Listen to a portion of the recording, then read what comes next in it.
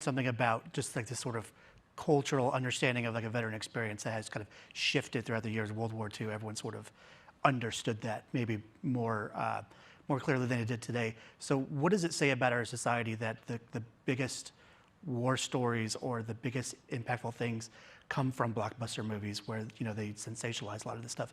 Like at one point, you know, American Sniper was the highest grossing R-rated movie ever.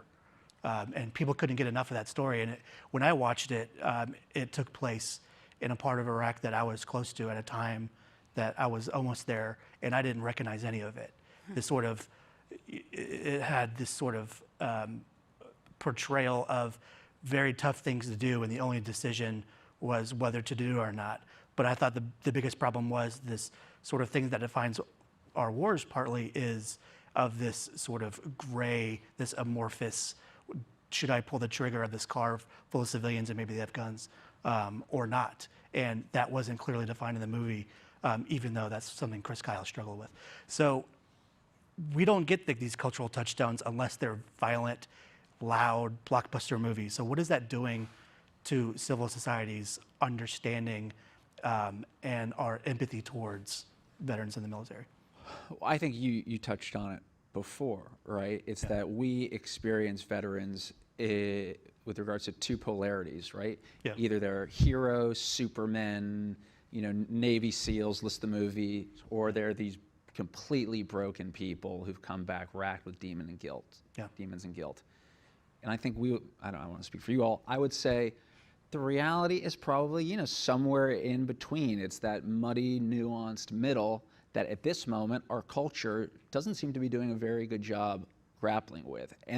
But that's not just for veterans, and we have to, I think, understand, like, we're one community, but we also reflect the broader undercurrents of all of American society. And I would argue that right now none of American society is doing a very good job of sort of understanding and clearly articulating kind of the reality, which is that, you know, we all sort of exist in this gray middle, and the gray middle is really the truth and the truth of experience, whereas I think so much of our culture and our debate is defined by, nope, there's just two polarities, you have to pick.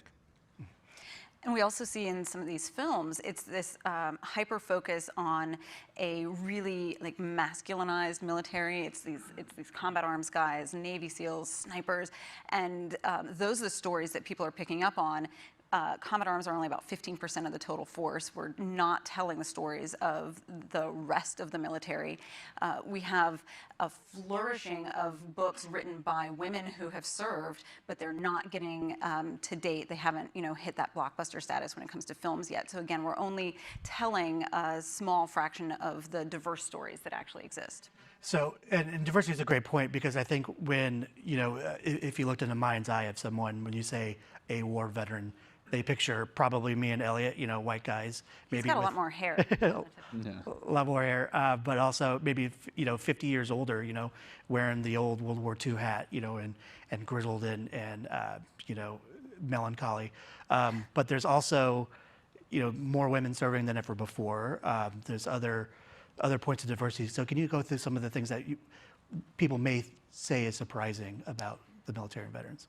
I've found a lot of misconceptions about the education level of those who serve, which is higher than of the typical civilian. And also folks don't necessarily realize that the military roughly represents the United States in terms of its racial ethnic makeup. Women, obviously not. We're a huge minority still in the military, only about 16% of the total force, 17% of the total force. And also, we now have LGBT folks serving openly in the military. They've been in the military all along, but now that's a little more open. I think, though, that, yeah, the typical person, when they picture a vet, they don't picture me. They don't picture the full diversity of those who serve, who really do come from American society, and then we go back to our communities.